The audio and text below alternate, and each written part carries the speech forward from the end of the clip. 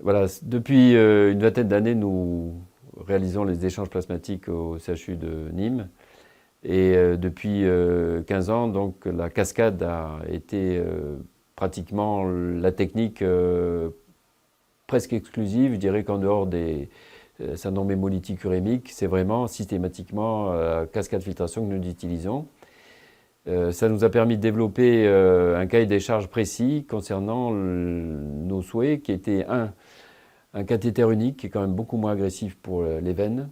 Nous utilisons les voies centrales pour des raisons de débit veineux. Et d'autre part, le système de flush qui permet vraiment d'utiliser le filtre secondaire comme un vrai filtre. C'est-à-dire qu'une fois qu'il est colmaté, il y a un flush qui va permettre de détasser les protéines collées sur la partie interne de la membrane et donc d'évacuer ces protéines dans un récipient et donc permettre de poursuivre la séance dans de bonnes conditions de filtration.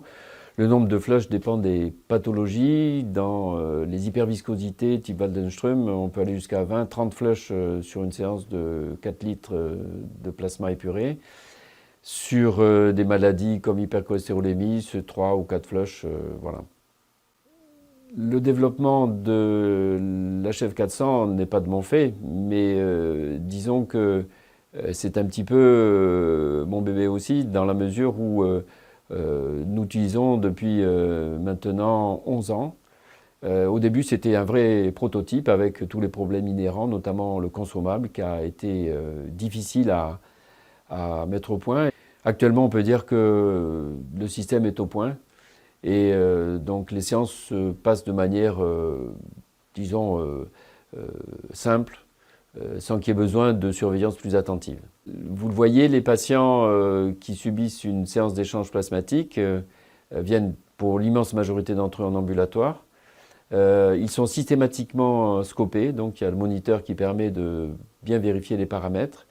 Et la présence médicale ou infirmière, en fait, se fait au début, bien sûr, au branchement, et puis en fin de séance, à la restitution.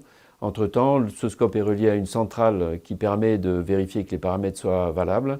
Et c'est plus une qualité de relation, de discussion avec les patients qui viennent. La durée moyenne de séance, c'est d'environ 1 heure et quart. Ceci est lié au débit élevé. Le débit 100 est de 150 à 210 millilitres par minute en débit résiduel, c'est-à-dire qu'en instantané, on peut monter jusqu'à 420-430 millilitres par minute.